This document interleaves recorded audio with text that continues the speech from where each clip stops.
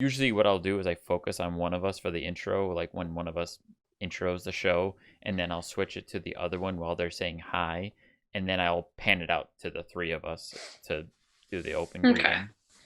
To reveal I don't go you. through the fancy like yeah. Smoke. Pagan. I ain't that fancy yet. Yeah. Fuck it. We'll just give this episode to you this week and you can edit it. Oh no. You just cutaways here and there. Fucking yeah.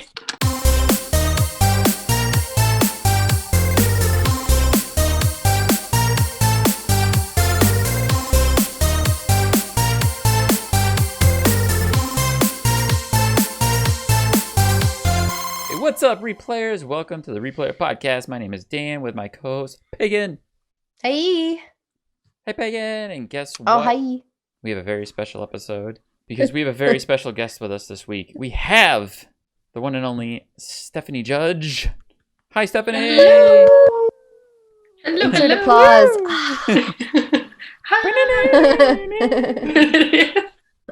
All the replayers audibly clapping in the distance. Hey, Steph. What's up? Hi, Steph. Oh, not so much. How are you guys? Good. Thank you so much for joining us today. Yes. Thank you for having me. Thank I know you the so timing was a little. No, it's pleasure. little off. Pleasure. Not at all. Oh, We are here now. Never a bad time for you, Stephanie. No, I'm showcasing more of my artwork too behind me today. Artwork? So. Oh, It's not mine, It's but always so beautiful, honestly. it's not mine. But It's the stuff that you have like in the background though. In the other room, Yeah. do you have posters? You had really cool posters, right? Yeah, I have they're right here. Oh, Yeah, I've on the got other more side. Dolly. Yeah, so this is more Dolly, and then this More is, Dolly? family art. Salvador Dali, for anybody else thought that was Dolly Yes. Parton reference. It's Dolly a Parton, song yes. Dali. Dolly. Dolly. When you said you had more Dolly, I was like, you like Dolly Parton too? Oh, and there was like a little heart above my face. And I thought, and then I realized. I do like Dolly Parton. My grandma loves Yes! Dolly. She's been to Dolly World or whatever it's called. Yeah. I Or really Dollywood. want to go. I really want to go. Stop. I will get excited. I have no input. I like on Dolly Parton on a natural level. this. We Like, have talked she's about Dolly amazing. Parton before, and I think She's the only experience with Dolly Parton that I really have was her guest appearance that she made in the Beverly Oh, Hannah Hillbillies Montana? movie. Oh. Which movie? Yes, Hannah Montana. That's what I said. Which movie did Beverly she make Hills a guest movie. appearance in? Beverly the Beverly Hills Hillbillies. movie. Hillbillies. The Hillbillies, Oh, guys. Hillbillies. Yeah. With Sorry. Jim Varney. Never seen it. Oh gosh. I think I watched like a few times, but I watched like the show, I think it was.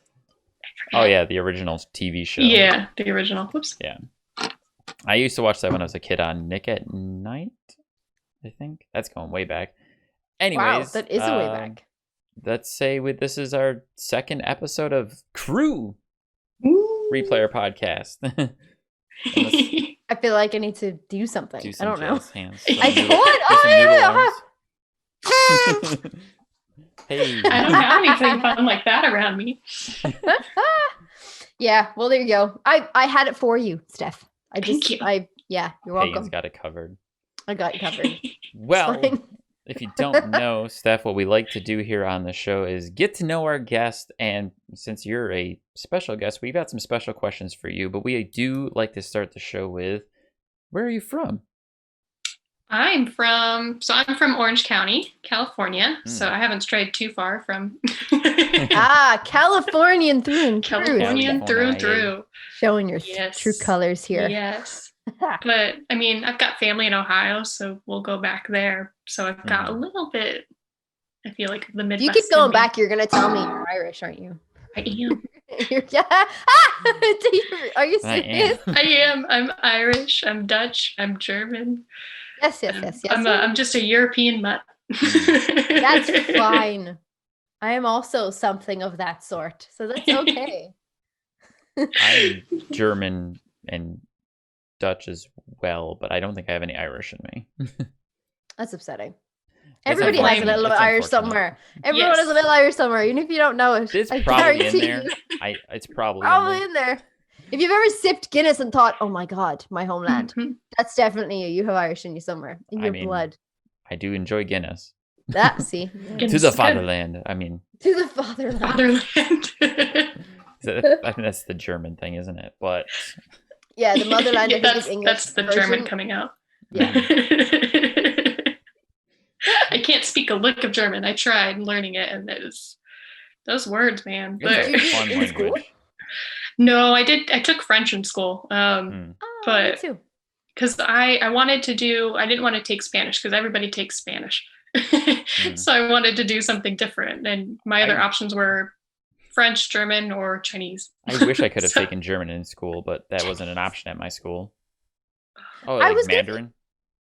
Yeah, Yes. Mandarin. Firstly, I feel like the French option for you was like the out of the box option because I feel like Chinese makes sense. Everybody should learn Mandarin because the majority of the world speaks Mandarin and Mhm. English. And I'm like, this is probably the better way to do that. But wouldn't it make sense to learn Spanish? I mean, you guys have a lot of Yeah. Spanish influence, It's right, in California? It's pretty common in America where like Yeah. Spanish is the thing you should take because there's so many Definitely. Spanish-speaking Mhm. citizens. For sure. Like now I would- regret it. Yeah, now I regret it. I'm like, I should have taken Spanish, but we all just learned Spanish to go on the holidays. So we just know things like, where's the toilet? Like, how much is this? Thank you. My It go-to gets you a Spanish long is always way. no es bueno. Bueno. No No es hablas bueno. inglés. Yeah. But my Spanish is terrible. But yeah, that's really interesting. You took French. How long did you do that for? 4 years. Oof. And Do you remember it's any of it? a little bit, Okay. but not enough to be. I mean, when I went to the UK, like right after I graduated college, there was some ticket. I think it was a ticket guy, or maybe it was the concierge. I forget who it was, but he spoke like a little French. He was French, and I was like, "Ooh!" So he spoke a little with me, and I spoke a little with him, but it was not Ah, great French. And I was like, "Okay, I'm really trying here." I have But- made this mistake though, Stephanie. Like I have come across somebody when I was working in retail here in Primark, I guess. I presume it's over in the UK. It's UK and some spaces in America. But I was working in Primark and somebody came up and they were French and she was having a bit of a hard time speaking to me in English to pay for something. So I spoke to her in French and then she sort of just hovered the rest of Like, the day. She Help likes me. was basically just like, oh my God, she must have been here for a while and had no idea what anybody else is saying. And then Oh. someone reached out and like spoke French back. And she was like, oh my God, somebody I found understands someone. me. Yeah. And it was just like, talking very like, and I told her, I was like, my French is terrible. It's very basic school children French. She was loving it. So I feel like that could go one of two ways, Steph. Like, you get a For very sure. pleasant conversation or you could be like stalked for a good Yes. while. Yes. Well, and my teacher too, I had the same teacher for all 4 years and she was French Canadian. So her French sometimes was like a little different and just the way that she would pronounce certain things or even some of the terms, it was just kind of like, okay, like that's not proper French. And then it was fun. It was definitely an interesting experience. She Something was the that kind lasts of you a person. lifetime. Oh yeah, no, she was the kind of person. She had a little like room divider that she kept in the room, and on top of that, she had all these scarves. And so, like for us girls, every time we walked into the room, and if she felt like we were wearing something like a little too revealing, we had a little scarf. we had to wear a scarf. No! Oh my God! You. She also had shorts. She had t-shirts. She had a graduation gown. I don't know why she had the graduation gown. But like one guy came in wearing a tank top and she made him put the something on and he picked the graduation gown. So he wore that the entire class. Oh Fun. my God. Did you? Okay, so I would presume from your story then you guys don't have a uniform. You didn't have a uniform. No uniform. Yeah, so I would say that's not very common in the States to have the US school at all? uniforms. Really? no, I Except mean for, not unless like- it's a private school, Yeah, usually a private Oh. school or something along those lines. Yeah, I wonder which I why. almost went to. No way. I went to a private primary school. Oh, So when I was a baby until I moved to Ireland. So until I was 10. I was in private school. I don't know. I remember looking at one because it's like right across the street from us, and it's some private K through 8 Catholic school, and then there's the Catholic high school just down the way, and that's what I did. All public schools here, well, the majority are all uniformed. You have to wear a uniform, and they have like very strict rules on like hair dye and piercings and tattoos and this kind of thing, especially obviously tattoos because you're too young to get them unless you're 18. But hair dye like was a huge thing. You couldn't have any crazy colors. I dyed my hair pink once, and then instead of like, okay, so it wasn't supposed to go that way. It was a red color, and it obviously just came out like a very bright, vibrant pink. And I was like, fuck. So I went straight to the principal's office when I got into school. I didn't even bother waiting for class to start. I just went straight to the principal's office, and I was like, okay, you should know this is not how this was supposed to come out. And she's like, that's fine. Thank you for letting me know. And like, I didn't get in trouble for it because any teacher who would say something to me, I'd be like, I have already spoken to the principal. Don't talk to me. But yeah, they're really strict over there. And it's for those reasons of like, yes. And like girls still like, there's still a way to like sort of personalize your outfit, and they would roll their skirt too high and they would get given out too, or they would like unbutton their shirt a little low and they would get given out too. But the majority of the time, like you really just couldn't get away with it here. So I find that really interesting that your teacher brought scarves to school. Oh yeah, she had them always. That on. Yeah, that was her reputation. She was she was a nice lady, but it was, that was her reputation of, if you're a girl, just be warned. Like, just start bringing sweatshirts and things like that to class. Exactly. And just be like, oh, I can't handle this woman today.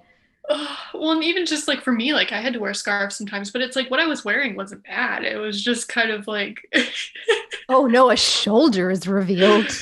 My God, cover yourself up. I have nothing to relate to the story right now.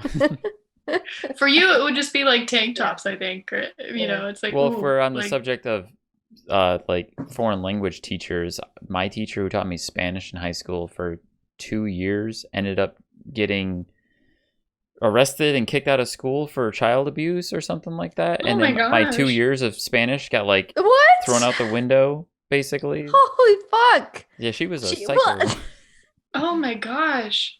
I got kicked out of her class almost every other day, essentially, and I didn't learn an ounce of Spanish. And they just passed me. Wow. So like I have very little comprehension of Spanish because of that. Not that she didn't know what she was talking about and her Spanish was good. She was just very aggressive and like didn't take crap from anyone, and she would just freak out, or like she kicked me out of class once because I took too long to pick up a pencil off my desk. And it wasn't like an intentional thing. Like I was just going to get it, picked it up, and she was like, "Get out." Oh my God. That's a crazy thing to get kicked out of class for. The teacher disappeared. Well, clearly she's insane. And then I got called down to the office and had to sit down with like a lawyer or something and like give testimony or something about like her actions in class. Oh my gosh. That's oh my God. She never did anything like in my experience that was bad, but like I had heard like, oh, okay, so she had been like hitting kids with rulers and stuff kind of thing. Which you can't do here in public school. Okay, all right. I mean, let's just... because we got the ruler quite a lot in the 90s in my private, like, primary school. I'm just going to say, there was rulers out, and it was a stick, and you didn't want to see anywhere near the stick, and she would smack you on your hands. I mean, in the US, that was common. But on your hands in the 90s. Yeah, no, I mean, back in the day, that was common. I mean, my dad has stories of getting in trouble and putting the hand out and like the ruler. I mean, it's. I mean, but nowadays you can't do anything like that. You can't even touch a child, let alone hit them in any form or fashion. No, for sure. I mean, to be fair, a lot of people can just start striking up lawsuits for talking to their child incorrectly because you're going to damage them for sure life, and for sure that's a valid claim. So. Yeah. And I mean, you say that was back in your day, Dan. I mean, when was that? The 1920s? Like, pretty close. They were doing a lot worse.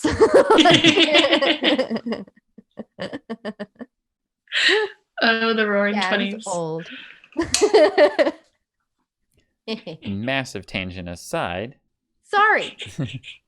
I want to kind of get Steph's replayer journey, if that's even applicable in this situation. And I kind of want to kick that off with, do you have a title, or what exactly is your role at Retro Replay? I mean, I don't have like I'm a video editor. I think that's kind of like my physical title. Okay. But I mean, for me with Retro Replay, I was at, one of the live shows.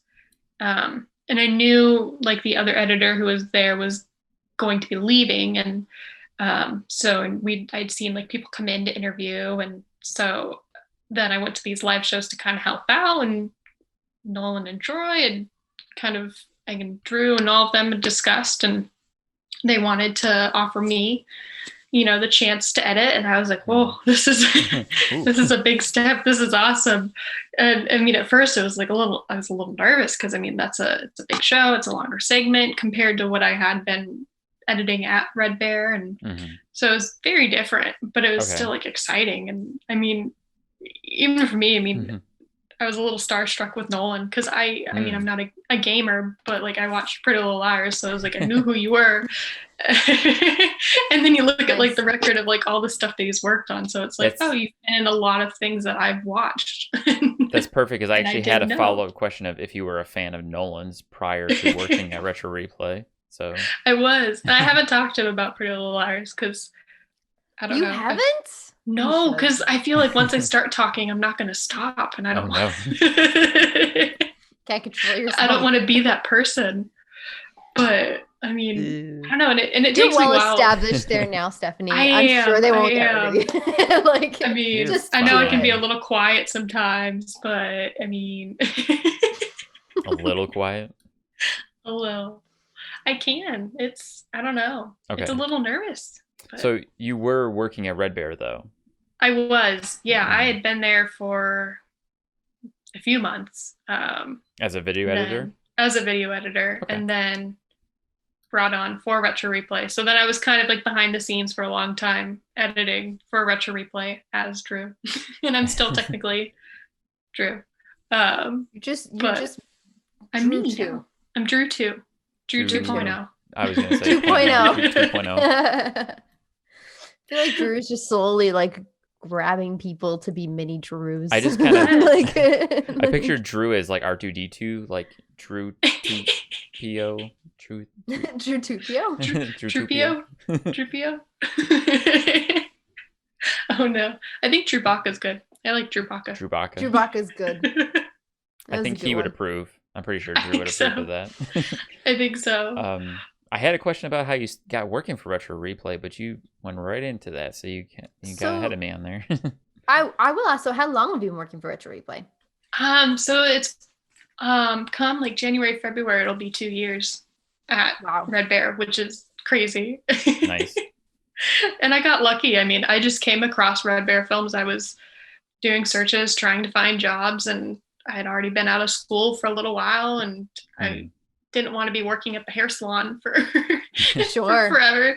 So it was kind of like, okay, I got to find something. And then I came upon the company, emailed them, and then heard from PJ, and the rest is history. Here you are. And here I am. And I'm so glad I found them. I mean, they know so many people, and it's just crazy. I mean, the charity live stream that we did for the Australian brush fires is still like just crazy, the amount of people that I was around that day. Yeah. The whole time just being like, basically. And I didn't really have a chance to talk to anybody. Like I exchanged like a hello or thank you with like Seth Green, but that was about it. But still, that was enough to be like, There's a lot of names on that show. Like there's a lot in that whole period. How long did it go for? 8 hours? It was an 8 hour stream, right? 6 hours. Yeah. 6 hours. Yeah. It was... Yeah. Oh my God. It was a long show, but big names. Mm-hmm. Yeah. It's really exciting. So that was cool. So, I mean, yeah, I've liked it. And the live shows that we had done, I went to 3, and those were cool. Because I just like seeing that interaction with Nolan and Troy, with the fans, and Nolan desperately trying to beat Aladdin and not So good. That not whole beating that final level. The epic whole, determination that Nolan gets when he's like stuck on a game. Yes. Yeah. I feel like we all can relate to that. Yeah. The crowd goes wild. Like he passes 11. We're like, yes. Like, that whole section though of Retro Replay Live was fantastic because as soon as they would stop playing, they started singing A Whole New World karaoke. And I was like, this is beautiful. This is so beautifully written. It's wonderful. I brought my mom to Retro Replay Live last year in Manchester, and she's never seen an episode. And she was just like, what the fuck is going on? And I was like, it's okay, Mom. Sit back and enjoy. It's going to be great. Yeah, I think definitely if you're walking into the show not knowing anything about it, you're just kind of like, oh, wait, what's going on? Yeah. I mean, yeah, it's pretty chaotic, but it's fun. It is fun. They said that like before their shows as well. They would be like, hey, so who's here? Like, is a replayer and watches the show? And everybody put up their hands. They're like, who doesn't watch the show? He's like, just be honest. And there's like 4 or 5 hands. He's like, you are in for a wild ride. We're not going to give you any context. Good luck. Like, oh, great. I unfortunately never caught any of the live shows, so hopefully you will make a comeback when they come around. I'm hoping again. With COVID. I mean, We'll definitely will. Hopefully there's more chances. Steph, I wanted to ask what you went to school for. So I went to school for, my degree was just general fiction filmmaking, for where I went to school in San Francisco State. And so they had a general program. You didn't really get to choose like what you wanted to focus in. It was just kind of, that came down to you and picking classes. So I didn't have a whole lot of video editing classes offered there, unfortunately. It's a great program. It's a great school. But a lot of it was more film theory and talking about movies. Film theory is where you just like watch movies and talk about it, right? Yes, basically. I did one film theory class in college, and that was like, watch this old movie that you may or may not enjoy, and now we're going to go into really in-depth conversation about it and talk about what do you think the director was thinking during this scene. Be like, yes. It's sort of lining you up for critique, right? So you can become a critic. Yeah. No, it definitely gets you thinking. Yeah. No, I mean, I liked it, and we watched a lot of good movies. I mean, it was always a fun class for any of the classes that we had. I mean, some were a little more serious. I mean, I took a French New Wave class, and that one was only it was like for 1 unit, maybe 2, I forget now. But it was only a 2-day class. So we went one day and then we went the next, and we had to take a test, and that was it. And wow. It was pretty cool. I mean, I liked the French New Wave, so it was it was kind of nice. And my high school French. And your high school helped French. Me out.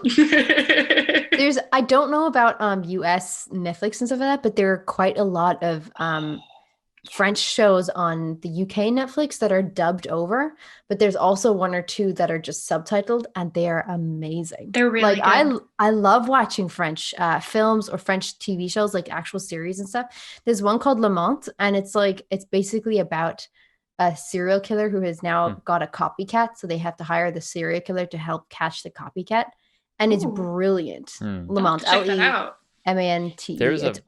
It's really good. There's a French series on Netflix here that I was told to check out. I want to say it's called Call My Agent. But is this they are an agency for like famous people? I think so. There's that on Netflix. I watched an episode or 2. It was French and it was subtitled, and it was pretty witty and fast paced, and like right away it was like, here's the actors and actresses, and they're just so fucking full of themselves, and the agents have to go through so much crap with them, and I could tell that there was like a lot of witty, fast humor there, but it was not knowing the French, but reading subtitles, it didn't quite land, but I could tell by the delivery that's what they were going for. And I'm like, if the show was English, it'd probably be very funny and entertaining, but it might still be entertaining. I just need to actually like take the time to actually process. Or if you were fluent in French. that would help. That might help. That would also help. I'll just have to learn French and then watch the show. Yes, you learn it. It's fine. Do it in the weekend, whatever. No, the one I watched was called The Bonfire of Destiny, and it was really good. It's been a while since I watched it, and I don't want to give away too much, but there's a lot. It's a drama, and it's all circled around this major event almost that happened. I don't know if this happened in real life, but there's like a big fire, and so there's a lot of casualties, but it's kind of everybody picking up the pieces, and it's a period piece. Yeah, I was about to say it's a period piece and it looks awesome. It's amazing. The first episode is insane. Just because of all the fire and all the stuff, the stunt work that went into that. Like I can't imagine. But it was pretty so epic. Into it. Yep. I will watch that. And then you're also thinking like, I don't want anybody or me to ever have to go through something like that. But no, it's a good one. The pyrotechnics or like the actual just in general, just in experiencing what happened. The experience itself. Like I don't want anybody. Fair. But because it was pretty nasty. I mean, but then again, like back in the day, I mean, everything was built with wood or stone and fair. So I mean, it's not too different today, but I mean, still. And those big dresses that women have to wear? No, thank you. Hey, I'm okay with the big dresses. With a tiny corset, I'm fine. As long as I don't have to run. All right. Yeah, as long as you don't have to do stuff, that's fine. Then it'll be good. It's beautiful, but not functional. So if we just have to stand there and look pretty, awesome. You don't want to turn into the girl from Pirates of the Caribbean passing out from her corset and falling into the ocean, right? Oh my gosh. I love that movie. I've worn a corset once or twice and on set and stuff like that. And they are, I must say, obviously they're much better than they are now because they're not whalebone or anything. So not and stuff, but they will fucking strap you in. I'm going to tell you, like, you will not be able to sit down. They will have to bring you a stool on set. Like you have to like get shrunk in. But you look great. You have like a 12-inch waist. You're like, this is the best I've ever been. I can't move, but I look fabulous. Yeah, fantastic. I can't move. I don't want to get lunch. Don't touch me or talk to me. I just want to stand here until I'm over. It's pretty great. Oh my gosh. Yes, I know. I've never worn one. I think the closest was my high school prom dress with a 1950s dress, and that had whaleboning in it. So it's Tell me whaleboning. What is that? Like, does it like arch your back or something? No, so it's like a built-in corset. Yeah. I got. But like whaleboning is like, so it's built in, but because of the actual texture of like a whalebone corset, it really digs into you when people. Oh, does it have like tendrils that like press into you, kind of thing? Yeah, essentially. Yeah, now they do it differently. Now I think they use like steel. Sometimes they'll also use like some sort of version of silicone as well. Anything that basically will hold structure but is not super piercing into your skin, which is fine. So it's not as rigid as whalebone now. But the 1950s dress, I totally see you in that. It was awesome. I still have it. I can't fit into it anymore, but but no, that dress was awesome. It was a lot because we bought it and then we went to get it fitted, and then the tailor made it too small, so then we had to go back and he had to let it out some, and then it was fine. But when something doesn't fit right and it's like it's too small, it's the worst feeling. But girl, all the female replayers just were like, yes, queen. Yes. I'm sure any of them that do like cosplay or anything too are like right there with it. What's worse is like if you are ordering something like you said for cosplay and it's like off an Asian website, their sizes are so much smaller than your own. So you're like, oh, I'm just gonna get a medium, and you realize you're an extra large, and you're like, my life sucks. But it's just Asian sizing are like much different because their bodies are built differently than everybody else's in the West. It's like the one cosplay outfit I ever got was actually a hand me off because a friend of mine ordered one through like an Asian, cosplay maker, and he ordered a large, but he's like an extra large. So his Oh no. large didn't fit him, but it fits me okay. Yeah. So he actually was like, "Here, you can have this," and I'm gonna order another one. So it's a win-win. But you probably looked amazing. I can totally picture you in like a 50s outfit. I feel like you're a very artistic style if you're gonna go out. Like, Yes. It was I can definitely see that retro style on you. It was an Yes. anime trench coat, but I did do a 50s style gangster for Halloween a couple of years ago, a full like fedora and like vest with a tie and everything. I want to do That's that. pretty cool. Yeah. Fedora and all. It doesn't work with a beard though, because people didn't have beards back then for some reason, really, unless they were bad guys. True.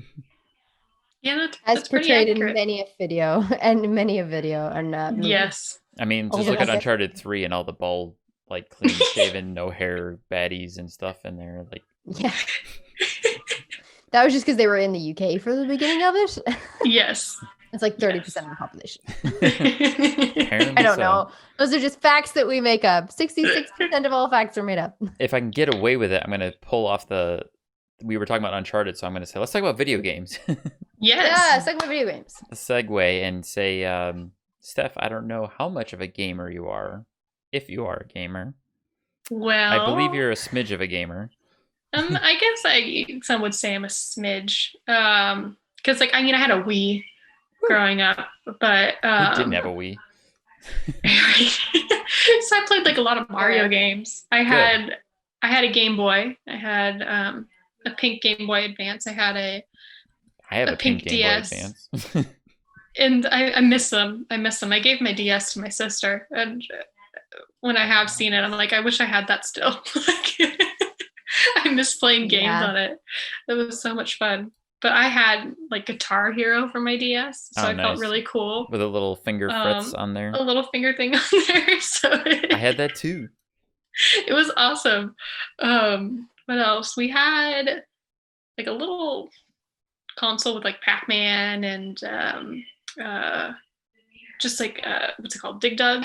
Like all with the classic little old arcade games. Okay, so it's kind of like one of our recent replayers mentioned like one of those home consoles that you hook up to a TV and it's got pre-packaged games on it. And it has the little joystick and it was awesome. But my main thing has been Sims. Sims, yeah. Before you jump into Sims, could you say what was like your introduction to gaming? Like what was the first thing you played? What your first console? I know you mentioned like the Wii and Game Boy. It was probably that little thing that my dad had, because we had that for so long. Like I remember hooking that up to the VHS player and just playing like Pac-Man. VHS. A whole nother nostalgia. Yes. But probably that and like little computer games that I would play for like learning. Like school ones, like little floppy disk, like school learning games kind of thing. Well, we had like a Sesame Street game here at my mom's house that I would play sometimes on the computer. Or Freddy Fish. I think that would be actually the introduction was Freddy Fish. I'm Googling it. I don't know what you're talking about, but this sounds fun. You learned math, you learned all this other stuff, and you were also a little detective. Yes. I played that! Yeah. Pagan's so pumped. I forgot this game existed. I love these moments. Oh. Yes. So I played a lot of those like little kid games. And then you look almost as excited as when you remembered Barbie. It's so exciting when you just forget something existed and then someone reminds you and you're like, oh my God. And the nostalgia comes rushing back. You're like, fuck, this is so cool. Nostalgia is the best. It is. Well, no, and I was looking up Freddy Fish one day and I found like all these other like little kid games that I had played. And I was like, oh my goodness. It's a point and click, right? It is. Yeah. Yeah. It is. It was yes, fun. I totally remember this. Okay, thank you. Thank you. Thank you. You mentioned Mario too, right? Videos. Oh yeah, no, Mario Kart, played that a lot. Super Mario. There's too many different ones and I always confuse like which one's which. There are a lot of Marios. There are. Because I didn't own like Mario Smash Brothers. That was something I discovered like later on in life. Um, what's the other one? Mario Party. Okay. Yeah, Mario Party. But yeah, a lot of DS games. Say like Lego Indiana Jones is my favorite DS game. Oh, nice. Lego Indiana Jones in general was a great game. Mm-hmm. I don't think I ever played the DS version of it, but I'm sure it's just as fun. No, it's just as fun. Yeah, I tried playing it online the other day. There's some like archive website, and they have like all these old games, like an emulator. Yeah, it didn't work too well. They tried. They did. They emphasis on try. So you started to mention Sims. Yes. Would you say that's your favorite game, or can you say you have a favorite game? I'd say it's my favorite. Because that one was predominantly like the thing that I became like addicted to. I mean, Sims 3, I played like a little bit like of Sims on the Wii or on my DS. And then I saw Sims 3 and I was like, I gotta play that. And then the rest is history. The rest is history. I can tell you right now, Amelia is super happy. Yeah. So is Conchata and like me and like Hannah. There's so many of us that play all the Sims conversations we've had, or I should say Pagan's had. Have you seen Amy Bennett created the basement in Sims? I haven't seen that, and I want to look that up now. I'll have to tag you in that. She built the basement in Sims. Shout out to Amy Carol Bennett who was on board. Yes, no, I think that's awesome. It was really cool. I tried recreating who was like Once Upon a Time in Sims, and that didn't go well. somebody made the basement in Dreams. Did they in Dreams as well? I've never seen it in Dreams. I forgot who it was though. It was a replayer, and I forget who it was. It was a while ago when they showed it to us. I definitely remember the Sims one going out because I was like, "Holy shit, that's that's the basement." Yeah, it was really good. I was gonna say something about Sims. I feel like you're playing Sims 4 now? I am, yeah. Did you ever remember when the Sims came out on PlayStation 2? By any chance? I do, because that was the first Sims I played, and I was like, what even is this?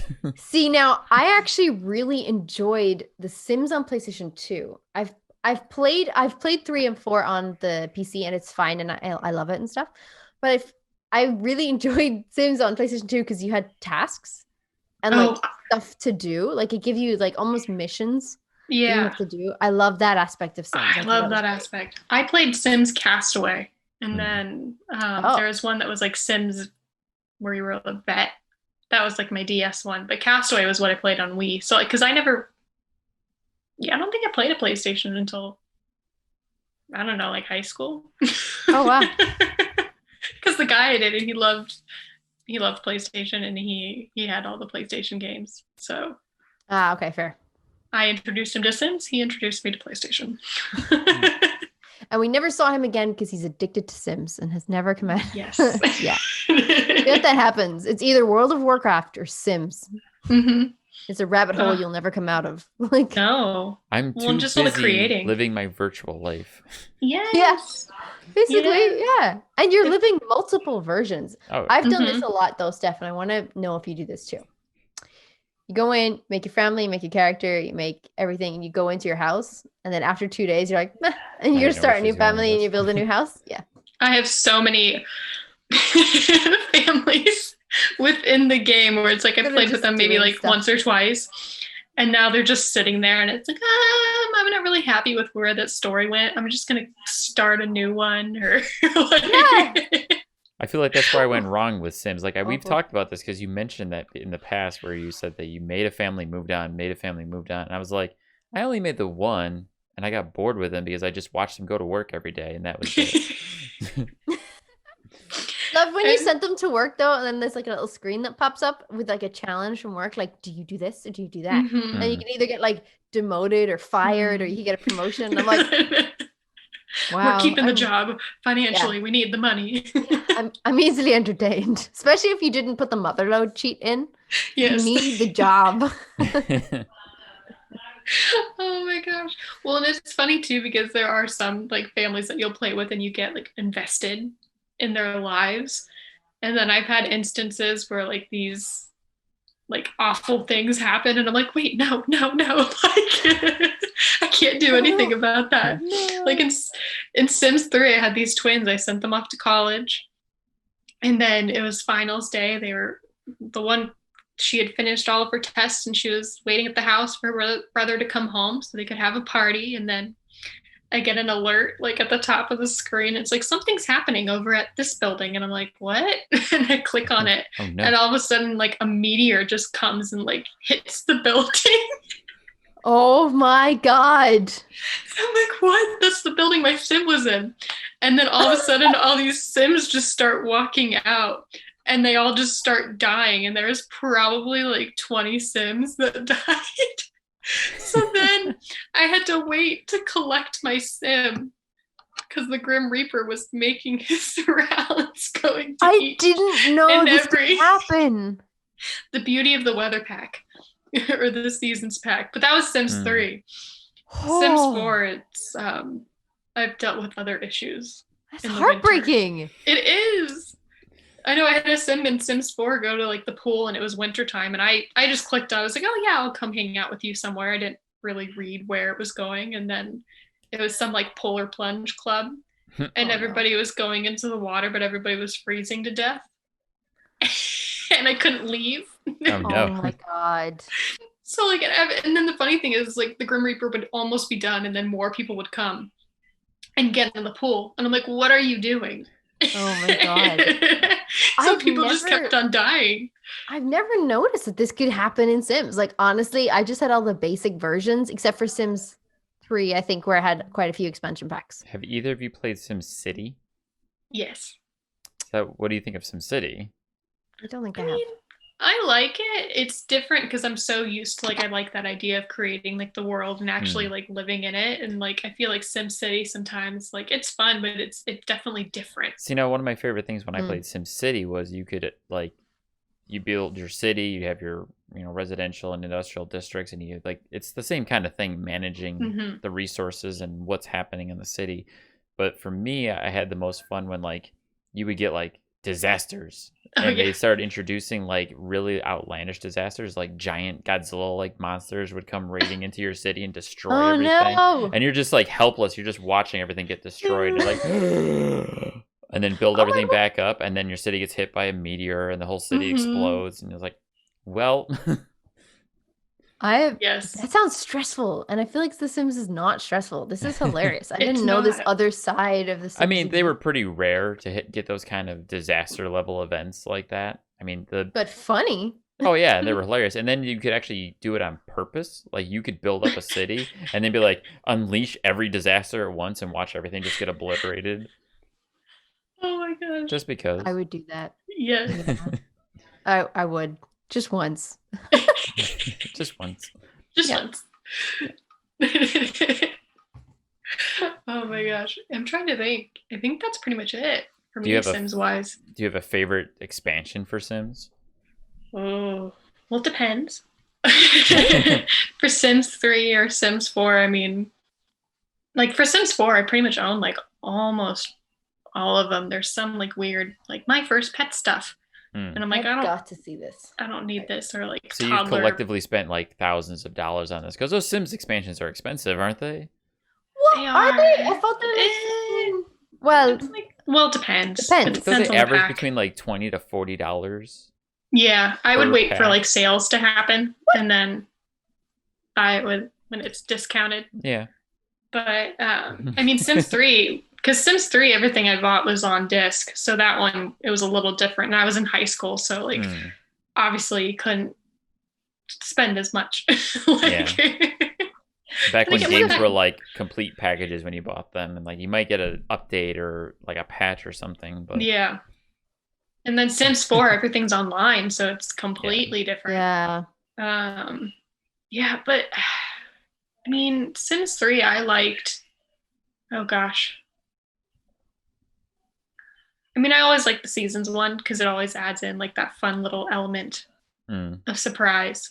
But I liked the supernatural pack because that one had like witches and werewolves and vampires and fairies. Magic ball and like, I used to love all that. No, it was really cool. And like, I like Sims 4, but the thing that I haven't really liked about their packs now is like we got a witches pack.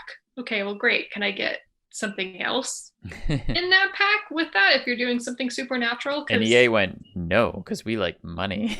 Yes. I mean, I kind of saw the Star Wars thing coming.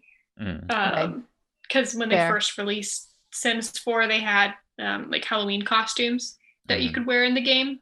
And they had like Princess Leia, Darth Vader, Darth Maul. They had like all these different things, Boba Fett. So I was like, okay, they're probably going to do something down the line. I would imagine. I mean, EA's had the Star Wars license for almost 10 years. Yeah. You would think they would do something like that to utilize that license, but I think my favorite was Sims Medieval, and that's like a completely different. Yeah, you said this to me before.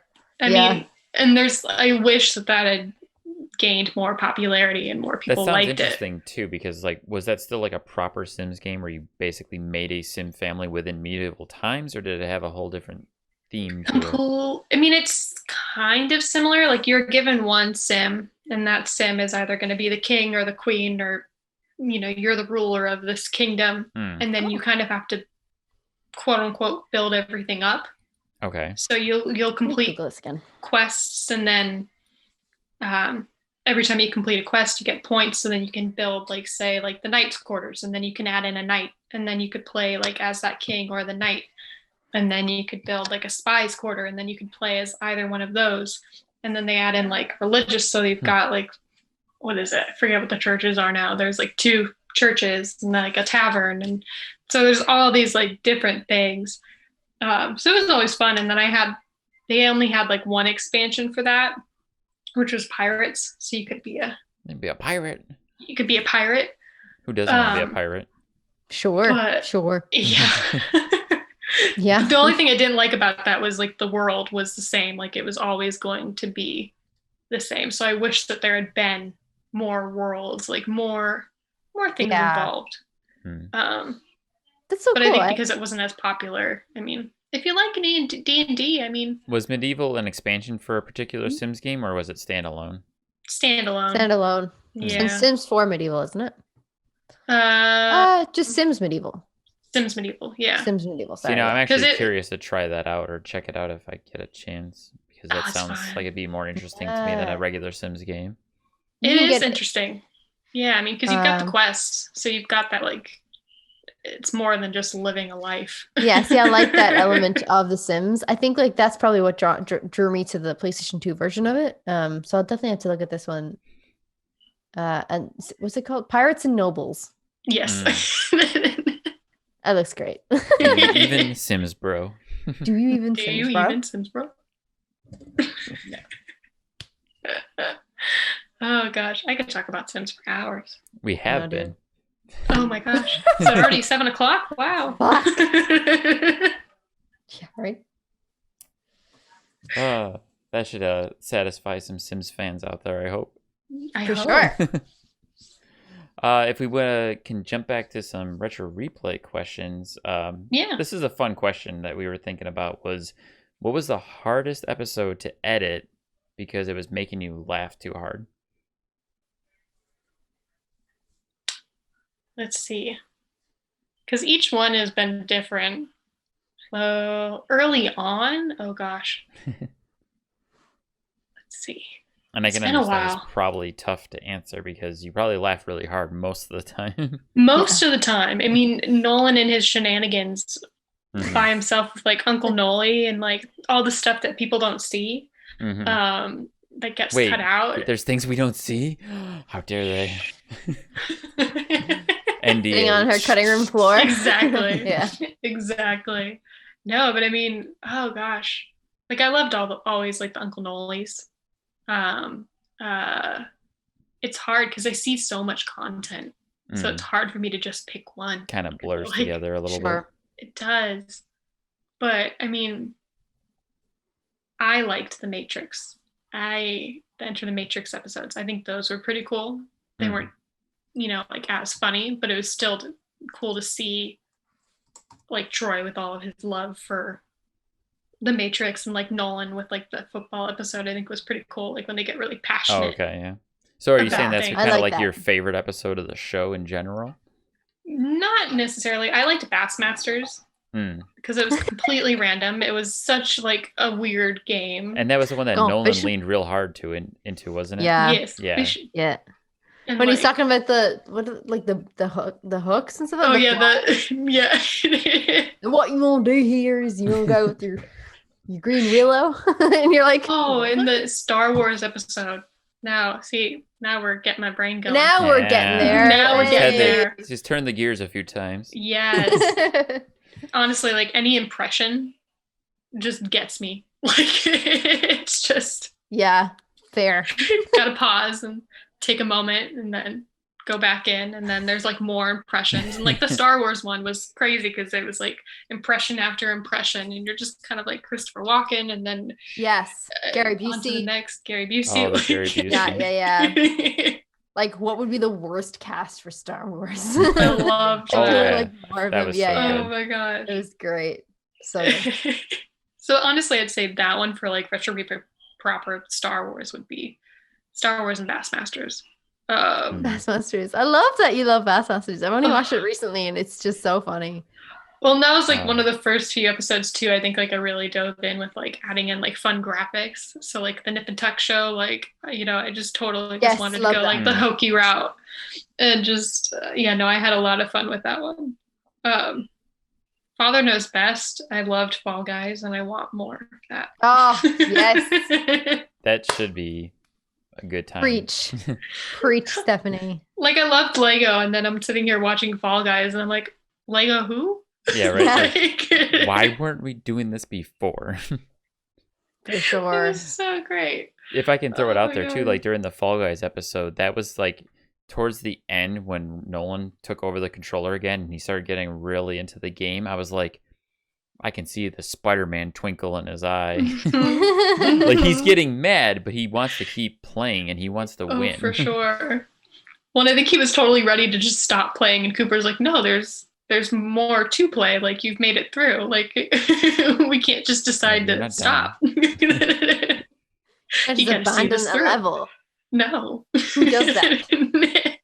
After Nolan did his like quiet rage quit, I was really hoping that they would pull kind of a Spider-Man where it's like, okay, they're done, it's over, they roll the RedBear, signage, and then come back to like Drew's like phone cam watching Nolan like feverishly playing Fall Guys, like He should have had like a little scruff, like he's just like really like he's been sitting there for a long time, just like playing. I gotta say though, I mean, as you said that though, I've only just realized that they don't do much of like the post-credit like clips, and I used to love those. Oh right, like we used to always talk about how great those were and how much the we used to post-credit love them. clips are so Drew, great. bring back post-credit clips.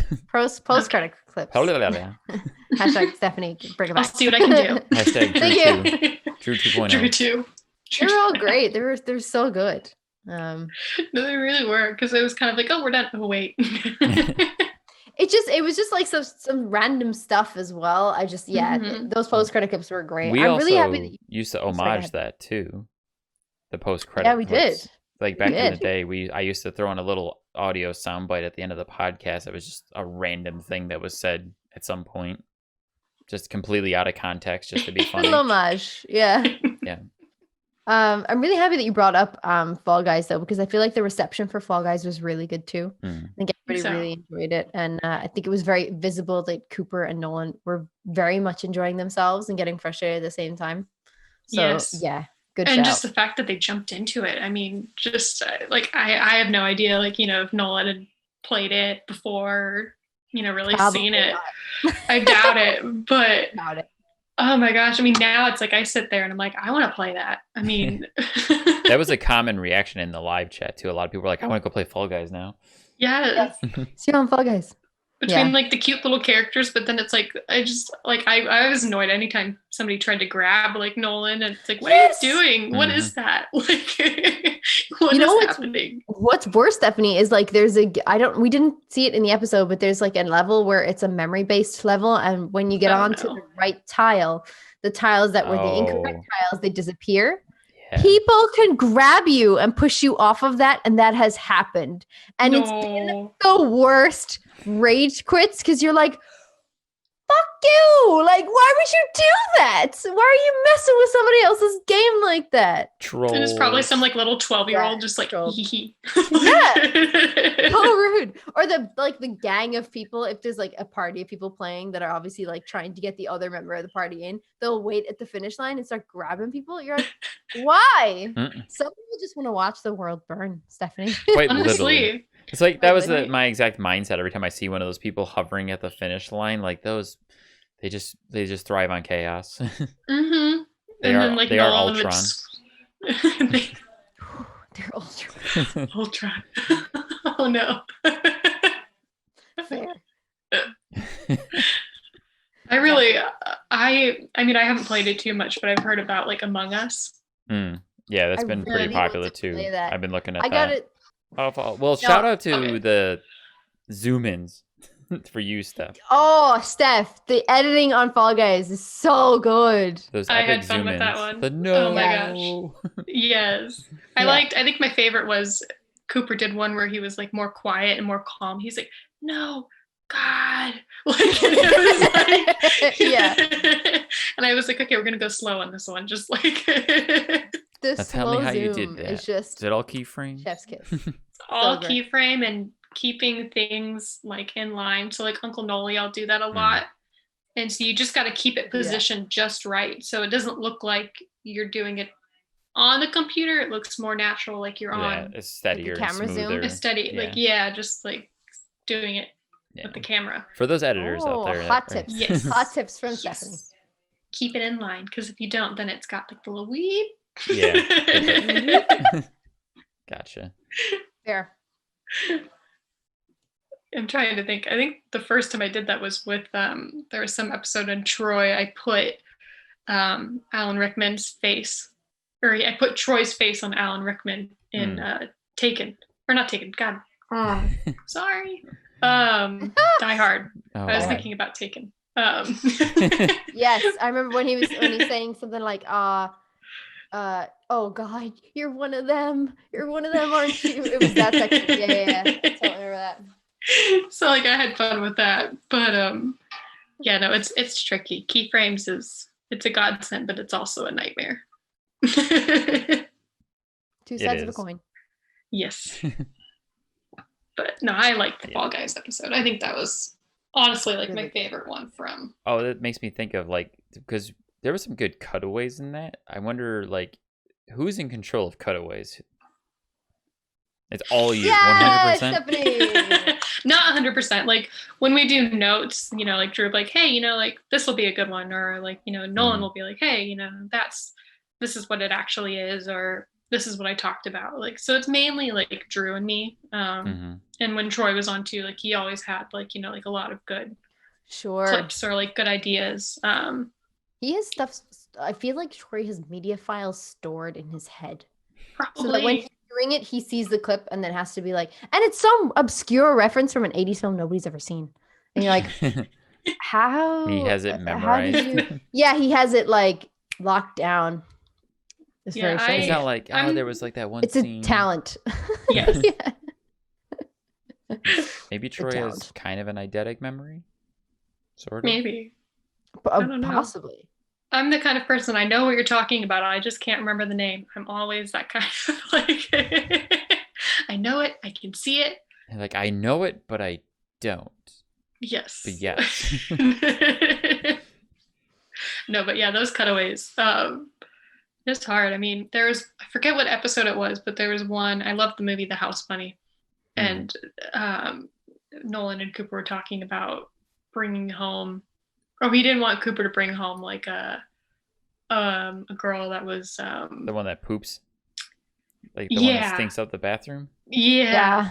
And I was like, oh, I've got the perfect clip for this, and it was like, bing, there we go. But has there ever been a cutaway that you did that they didn't see until after it went out, and they were like, "What the hell was that?" There was what was it? It was. Because I remember Drew like commenting, he was like, you totally threw me off. And it was a chat that I couldn't participate in one day for Uncharted. And it was, see, now I'm going to Christina Aguilera, Genie in a Bottle. Oh, Richard. right. Yes. Richard had mentioned I Dream of Jeannie, so like I did the I Dream of Jeannie clip, and then Nolan had mentioned like Christina Aguilera's song, and so like I put that in, and Drew was like, "You completely threw me off." Like everybody was watching, they're like, "What was that?" And then he mistakenly called her Britney Spears, I guess. Britney Spears. Yeah, he got called out for that. Yeah. Like, how dare you, Drew? Whoops. Wait. Maybe it wasn't a mistake. Maybe it was like a small No. passive aggressive comment, like a little backhand to Christina Aguilera back in the day when those two were rivals. Yes, that's what it was. Drew was just really a big Britney Spears fan. Drew was on point circa 2001. like, I always take those situations much like our friend Josh, who we call Jeff. I make the Ron Swanson comment of like, I purposely get people's names wrong so that they don't start to feel too chummy. Just to mess with people. Jeff. I like that. Oops, wrong name. I think. Oh my god. Pretty soon Josh is gonna believe his name is Jeff, though, just so you know. Jeff. So just call him Jeff. Jeff from now on. Legally change it. I would be surprised if you didn't.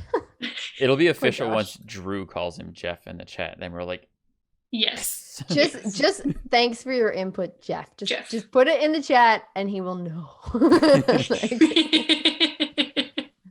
Shit, cut this clip out, otherwise he's gonna know it's coming. No. Fuck. He doesn't listen. Why is this recorded? He doesn't listen. Thanks, one viewer, for listening. And why is it my mom? Anyway, sorry. Go ahead. Anyways, I was gonna say, no, you started talking about like you liked the episodes of Retro Replay, like Matrix and Bassmasters. Do we figure out if you had like a favorite episode of Retro Replay, just in general, like of all of them? Probably the Star Wars one. With all the impressions. Would say for like with all the impressions, like that one was just great, and I love Star Wars, so it's, you know, I mean, it's not necessarily a game I had played, but it was still, you know, like pretty. Just, I mean, that one was great for like the hang, I think. It was the classic replayer hang. I think my favorite thing that I loved was from Virtual Replay. Not too long ago, when they did Batman, because the entire time I was just like fangirling, and like they're like looking, I'm like, oh my gosh, he's he's wearing the cowl, he's Batman now. Like that, to me, like that was instantly like, I want to play that game. So are you a big Batman fan?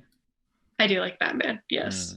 It's hard because I like Marvel, but like, I feel that. I actually resonate with that because I'm a massive Marvel fan and not a very big DC fan, but I love Batman.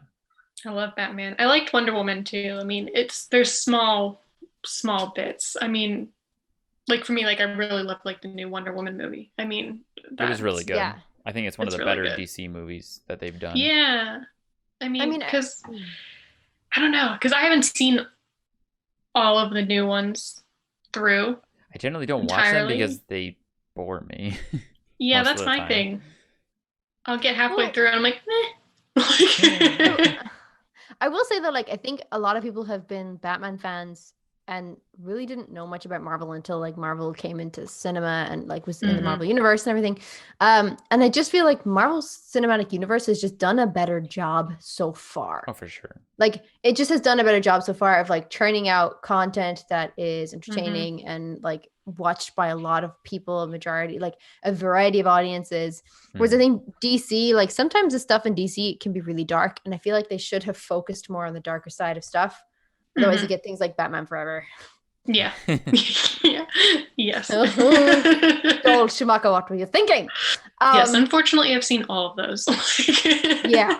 But I just think they've done a better job. Jim I think Carrey. recently it's better. That's all that matters is Jim Carrey in that movie. Yeah.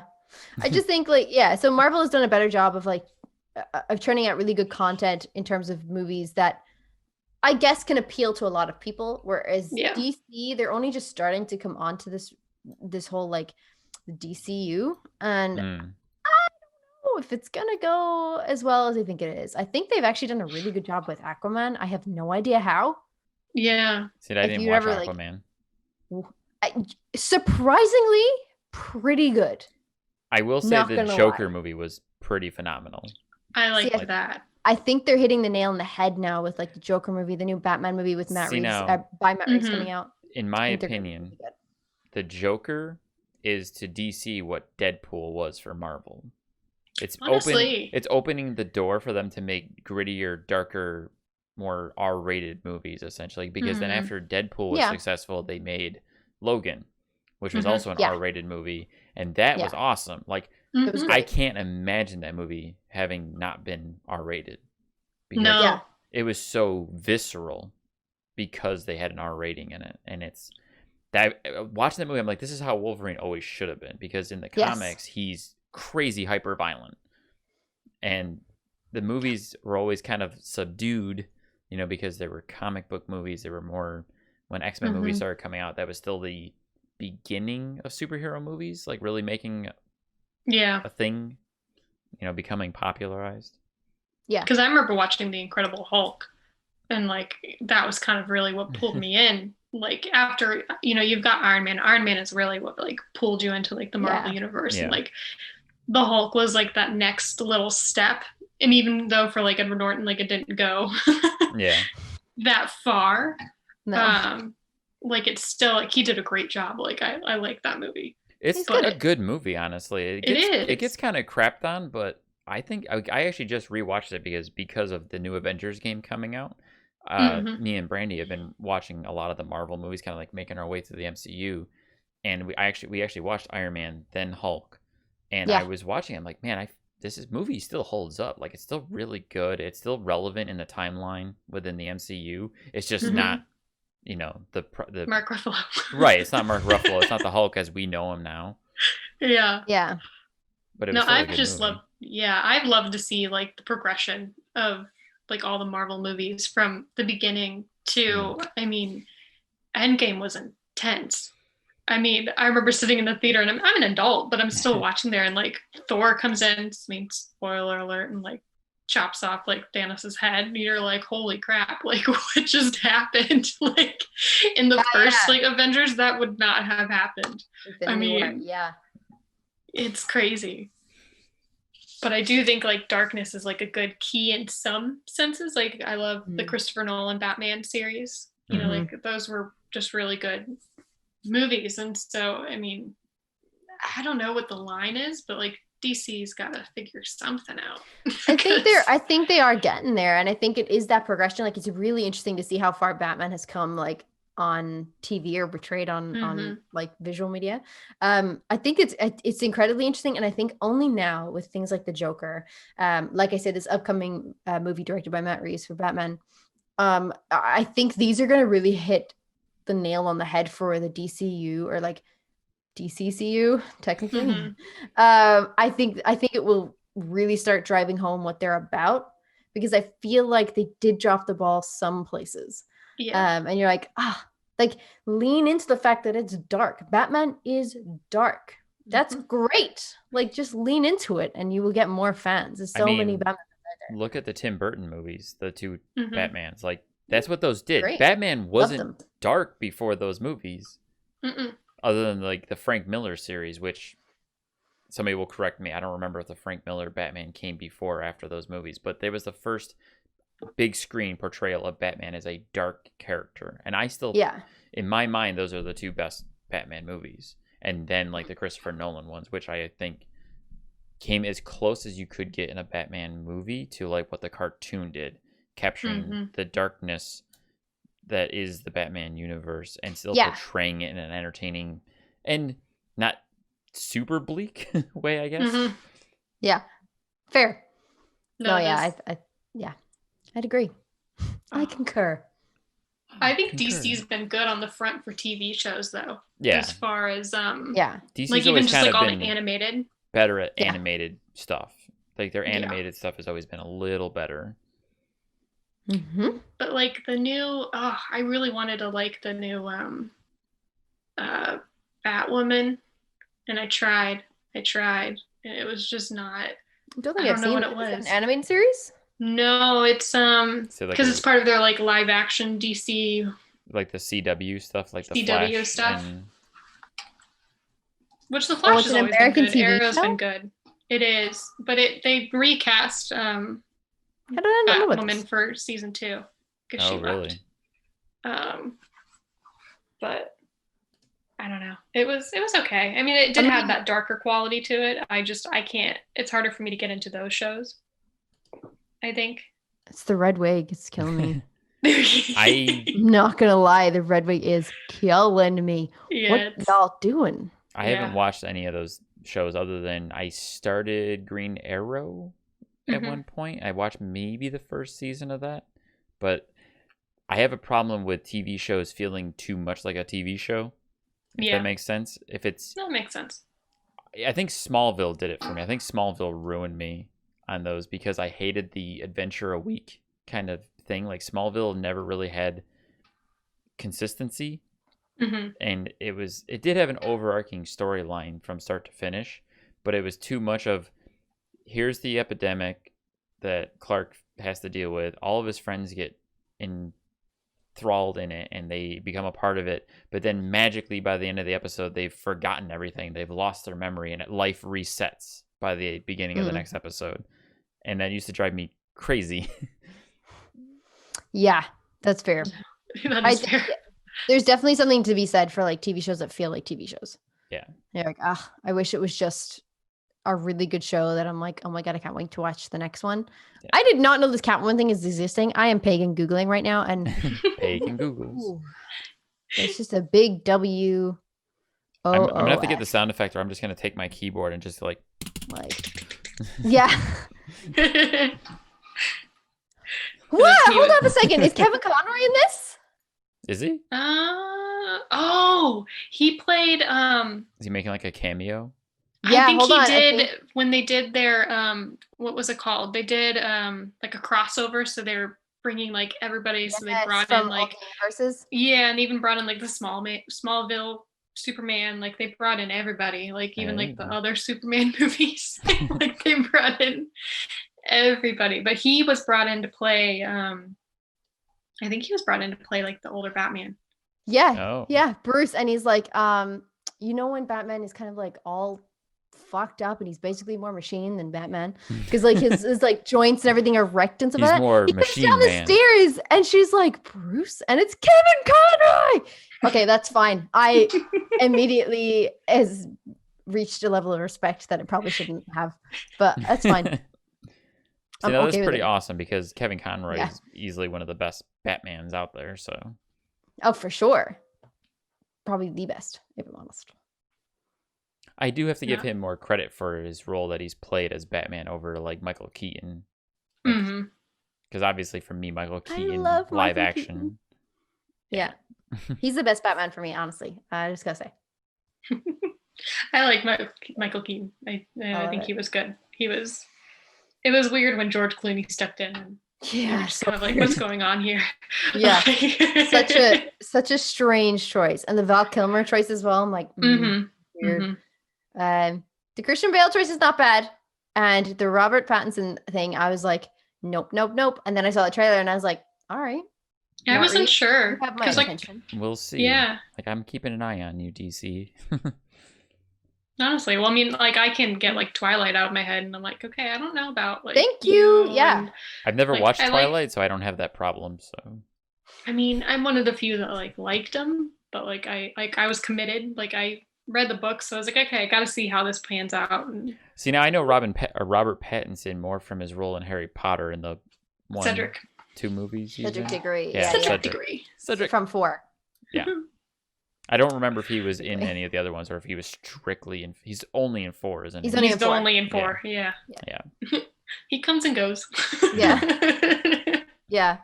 He's just in that one movie, that one book. And you're like, no. He's a very critical character in that story, though. He's actually a really great character.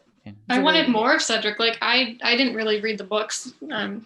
Sorry, I'm one of those. But you read Twilight? I did. Stephanie, I went through a weird phase. I know. I went through a weird phase after Twilight of just reading like a specific genre. But I like the Harry Potter. I mean, I read part of the first one. It's just, for me, I think I got kind of like not tired, but like it was just hard for me to like to get in. That's all right. To get in, but I do like them. But like in the movies, I mean, like I always wanted more of Cedric. I was like, why'd you? I mean, I know it happened, but why? Yeah. But why? Cedric comes in as like the sideline prince, and he's like perfect in every way, and then you're just like, oh. Yeah. And I think honestly, like the fourth one is my favorite Dead. out of like all of the movies, because it's like the last time like happiness really has like existed in their world. It's not the best, but like it's still like after that everything's dark and like beautiful. And you seem to have like an intense reaction to that, like. Yeah, sure. You're entitled to your opinion, and if 4 is the best for you, then great. I mean, it's not the best, but it is like I always like the transition. The favorite out of it all. I do really like 4, and I really like 3 as well. Mm-hmm. Yeah, 2 and 3 are my favorite. 2 and 3 are really good. Yeah, I think 4 was just good because it was just, like Voldemort comes back, and so it's kind of, like after that, like nothing's the same. Right. Yeah, so stuff happens. Yeah. Yeah. But like, 3, oh my gosh. That one, like I loved it. It always terrified me as a kid. Yeah, 3 was scary. Oh, because of the spiders? No, the werewolf. The werewolf. Oh, okay, fair. Dark. Like Rupin, like the whole thing, like it was just And the time travel thing kind of like threw me for a loop, like the first few times watching that, but the more I watch the movie, the more I appreciate it. And I'm like, this is amazing. So good. I love it. I think it was one of the darkest movies too, like tone wise, not theme wise, but like physically, like the lighting, everything, the way that that one it was the first movie that had a different director, because the first 2 movies were Christopher Columbus, who did Home Alone. Yes. Yeah. I was gonna say that director has recently done for God's sake, Alfonso Cuarón. Yes. He did something that like got an Oscar recently. Oh, for God's sake! Why can't I think of this film? I know what you're talking about. Oh, I'm in the same boat. We can take a moment if you want to look. Yeah, let me see. I'm looking. Hold on. Here we go. Roma. Yes, Roma. Roma? Best Picture of the Year. I'm not familiar. He also did Gravity, which was the one with Sandra Bullock. He did Gravity? He did. Wow. I think I was thinking of a different film, but yeah, Roma was the one that was like nominated for an Academy Award, I think. It was like a foreign film. It was not. It was in the category of foreign films. No, what did it win for? I should know this. I'm obsessed with the Oscars. There we go. Awards. It won. Best international feature film. International feature film, yeah. Yeah, like I feel like Alfonso Cuarón's like direction on Harry Potter, I really loved that take. I liked that it was darker. I liked that it had this like kind of transition-y feel because they're coming into this kind of like adolescent stage, which they'll really hit it for. But yeah, I really like the darkness of that, and I was really hoping he would stay on. And then David Yates was brought on from 4, 5, 6, 7, and part 2, and I was like, no, bring Alfonso back or Christopher Columbus. I'll take either. I'm fine with either. Yes. Yeah. What is it called? The form that his stepfather, well, not stepfather, but the dog form he took on, the Cerberus. They called it like the dredge? But basically how he shapeshifted into like that really dark, creepy looking dog in the first movie that he appears in. Sirius? Yeah, Sirius. Sirius Black. Yeah. Right, but the form he takes like as the dog, and they called it something. There's a term they called it. The Grim. The Grim. That's it. All right. The Grim. Yeah, that was super creepy to me. That's good. Watching that movie originally. Enjoyed it. But then his dog form looked completely different in every movie after that. He looked like a hellhound in 3. Like red glowing eyes. And he should. That's the point. Like he should look like that, and that's like how it should feel the whole way through. And then, yeah.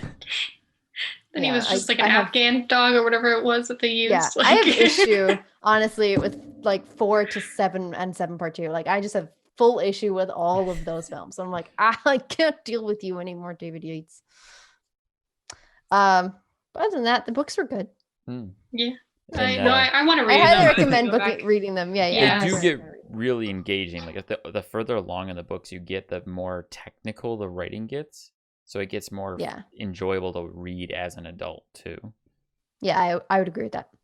Honestly, I think maybe adulthood is the better, the good time to go back. It's a better time to go back and read it. Yeah, for sure. Yeah. Well, and I think it's hard too when you like, especially all that cult stuff, whether it's Twilight, Hunger Games, I don't know, anything like Stephen King books. I mean, it's hard because being on the outside of that, it's kind of like, oh, there's like these divides, like, oh, you're just the movie kind, or oh, you're just the book kind, or I mean, like it's kind of funny, like, you create those little like fan groups. Same thing I think could go for like comic books, like, oh, I just I read the comics and I watched all this stuff, or just however you've come across all this content. I will agree though. I feel like I'm like, especially say J.K. Rowling's stuff, right? Whatever about her as an author, but the actual books themselves, like they get bigger as they go, and that can be incredibly intimidating for a younger person and be like, oh God, it's a really big book. Like it's a thick ass book. Like, so I can kind of understand why, like, because Twilight books were better. They were quite small and they were very easy written. I think like Harry Potter like started out with the Philosopher's Stone. It's very easy to read, and then as you go, I think they're still easy to read, but they almost develop with you as a person. So I would recommend going back and reading them if you can or want to at a later stage. Oh no, I want to. I mean, I bought a difficult book to read, and it's A Tale of Two Cities. I like the book, but it's good. Wow. I don't know. I bought it for inspiration. Harry Potter. Who's looking forward to that new Harry Potter game that was announced? I mean, I don't have all that stuff at all. I'm still here for it. That game I've known about for a while, but I'm really excited for a single player like action RPG game set in the Harry Potter universe where you make your own wizard and go through school and you have your own adventure. Like you do have that on the mobile. Awesome. True, and it's the same studio that worked on the mobile game that's working on that too. Yeah, it's excited. Yeah, I'm excited for that game. So I do want to get on last few questions that we do have for Steph, if we can. Sorry, go ahead. Sure. I just had an idea for like content for Nolan when that game comes out. I'm just gonna buy him already bots every flavor beans. I'm gonna make him eat them. Can we? I'm asking, can we go? Yes. Yeah. And just be like, Harry Potter is now out. Go and try it. I'm going to eat these beans. Yes. You should do that. We should also go to Universal. You can cut that. Wait, here. We can go to Universal. This is all coming together. I'm going to pitch it to Drew right now. Right now. Listen, we all wanted to go. I mean, no. All right, what needs to happen? Company paid trip to Universal. How do we phrase this? How do we get PJ to say yes? I couldn't make this work. Does Nolan do anything in that game? Why is this? Why is it going to tie into Nolan? No, it's just because. Just because it's coming out. Cool. Just because. I'm down. I'm coming, right? Yes, absolutely. Yes. All right, we're over. There you go. All right. You can cut it now. Okay. So the other question I had for you, Steph, was does Drew have you make those amazing crossover images that you make, or is that just something you do for fun in your free time? Oh, that's just me. That's just, I mean, like I think the first one I did was The Rock in a fake movie called Asteroids when they played Asteroids.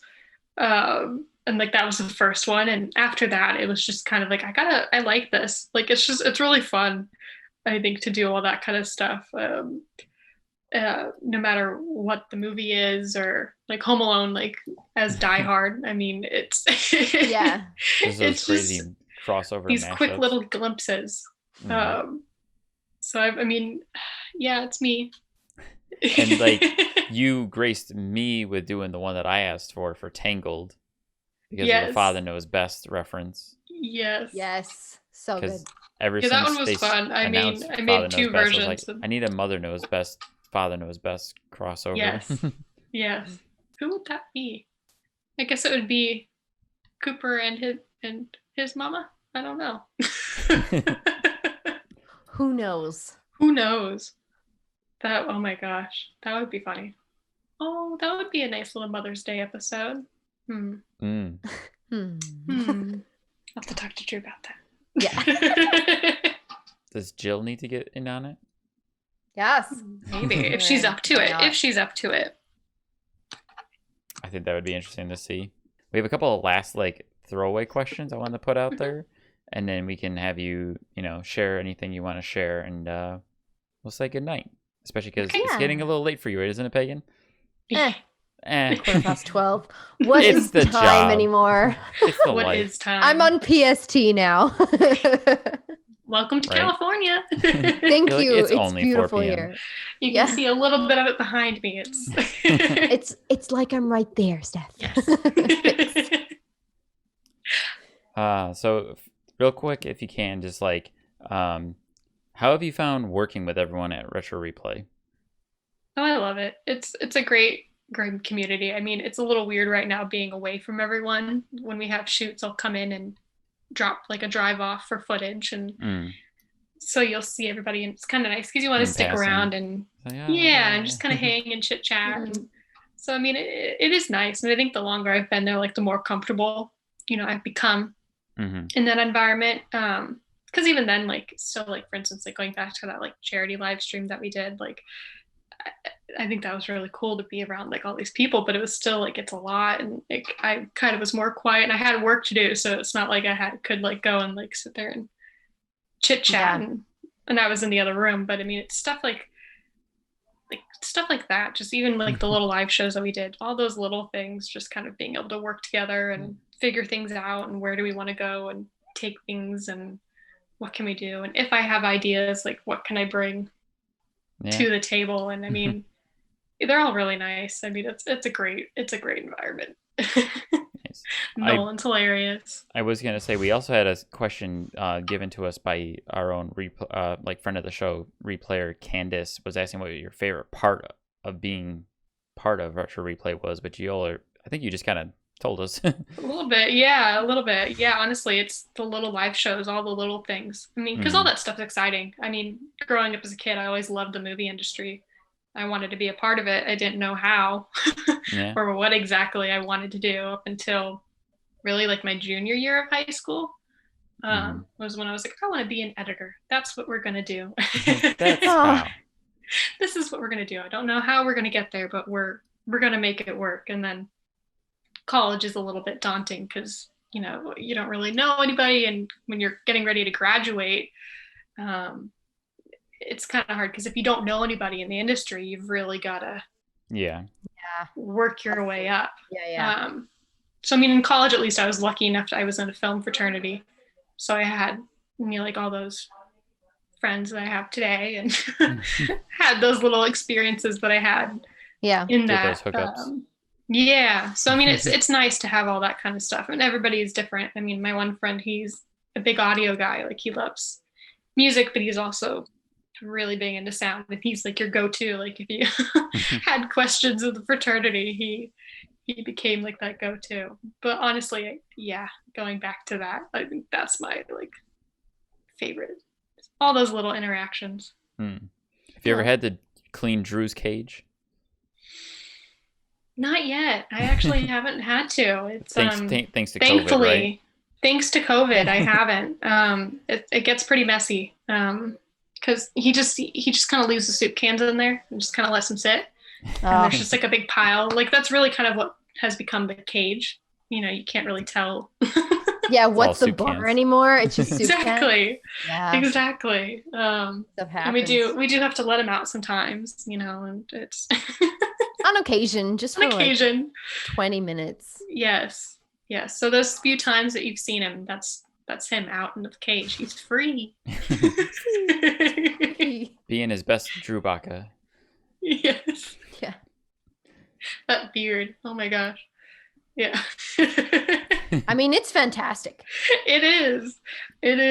I mean, he's one of those people, like his little emoji that he has, and you look at him and it's like, no, that's like, true. Like that's accurate. Same. I can't tell which one's the real one. Which one's the drawing. Yeah. Yeah. Oh my gosh. Oh. Nice. I really wanted this. I'm gonna ask this because I think it's silly, and I have a hope. But our friend Ashcan asked, "What court do you preside over?" What court? Oh my goodness. Well, it depends on the day. He'll appreciate that, I'm sure. I'm loving that you're running with this. It depends on the day. Oh my gosh, no, I'm forever a judge. The thing I always got was there was a TV show, I never watched it, but there was a phrase that they said, and they're like, "Here comes the judge," and it was kind of like anybody that I ran into that like had seen that show and they saw my last name, they're like, "Oh," like, and then they'd say that. I'm like, I don't know what that is. But very cool. And I don't know, I didn't know anybody with my last name, and then now I've started to see more and more people with the last name Judge, and I'm like, are we related? Like, all just coming out of the woodwork now that you're an editor for Replay. No, exactly. I mean, I remember watching Once Upon a Time. Yes, I remember watching Once Upon a Time, and there was some guy who worked on the show, and I was watching the credits, and I saw like Mike Judge, and I was like, what? Like, like there's more out there. I was like, now that I think of it, there's a Mike Judge created like Beavis and Butthead and what's that other super famous show that everybody loves? The King of the Hill. Yes. Oh yeah. Yeah, that's another judge. It is. Yeah. No, and I didn't notice that as a kid. So, but now I do know that. But what court? I want to do something fun. I don't know. I'm sure Ash will appreciate the pickup on that, anyways, because he's a fan of the pun. He's a fan of the pun. The pun. I do. Not just like any pun. too. Yes. The pun. Yeah. He is a student of the pun. My mom wanted me to be a film lawyer. She really wanted me to go to law school. Just so you could be judge. That's fantastic. Yes. I don't know why. It'd be interesting. I'll stand, judge. The court is now in session. That sounds like the fake name that somebody gives in a TV show. There has got to be judges out there that are called Judge. So surely it'll just be Judge Stephanie Judge rather than Judge like they wouldn't say Judge yes. Judge. No. It'd just crack everybody up, and you're like presiding over something really important and like super like not funny. Yes. I'd be like Judge, and everyone would go. Hey. I know I would. I'd be like, exactly. Oh. I will be the judge of this court, and yet. Yeah. Bailiff? Oh, sorry. Yeah. I could just change my first and middle name to just Judge. So it'd be Judge. I don't know why you haven't. I don't know why either. I'm of age. I'm of age. I'm way beyond of age. Get on that. Get the paperwork. Yes.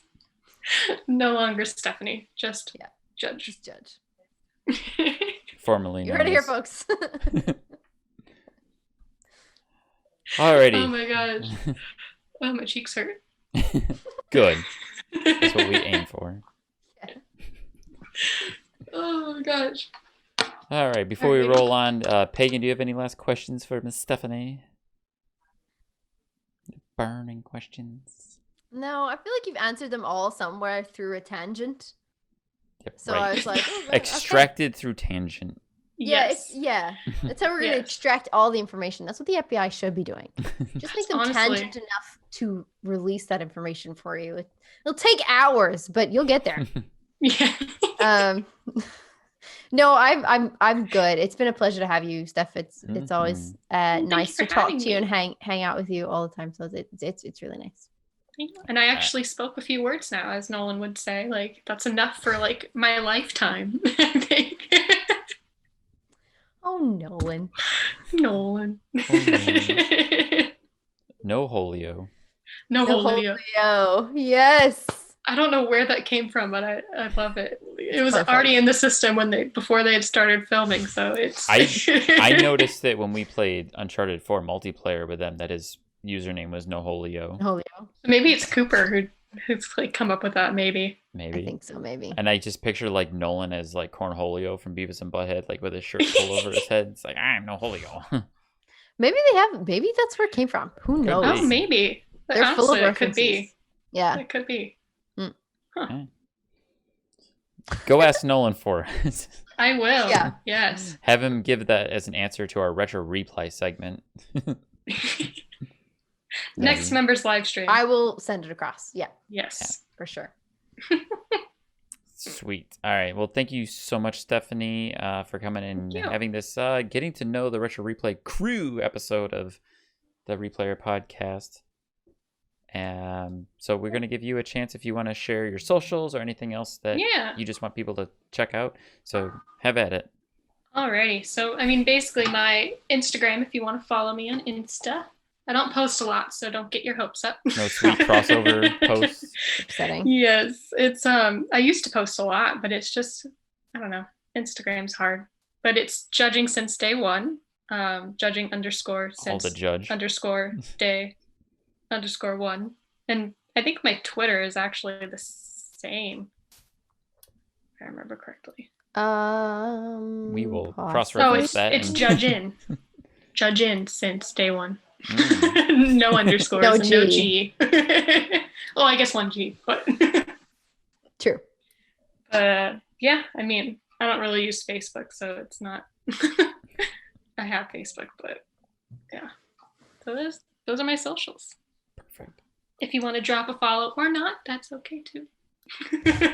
Yeah, I'm not your dad. You don't have to follow me. God. Exactly. Follow me.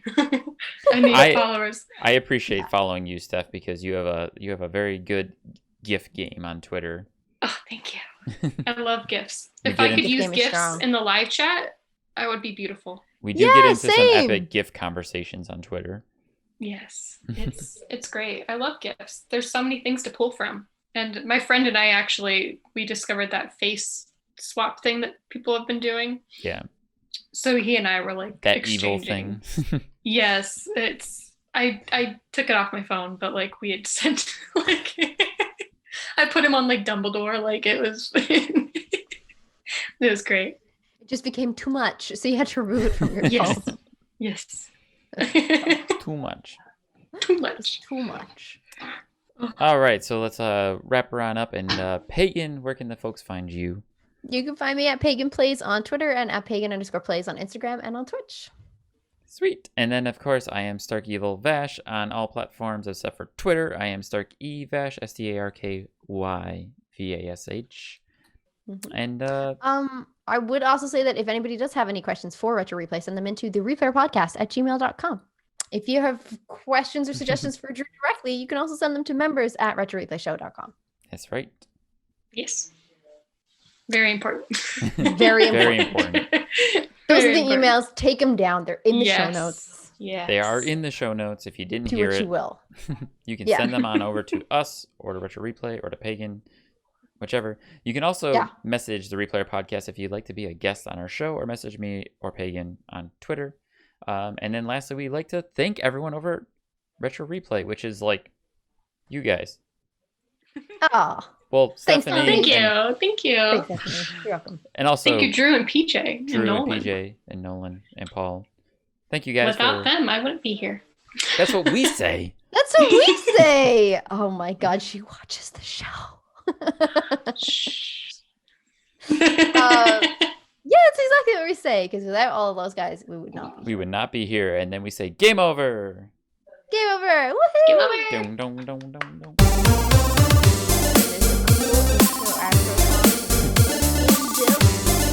Drop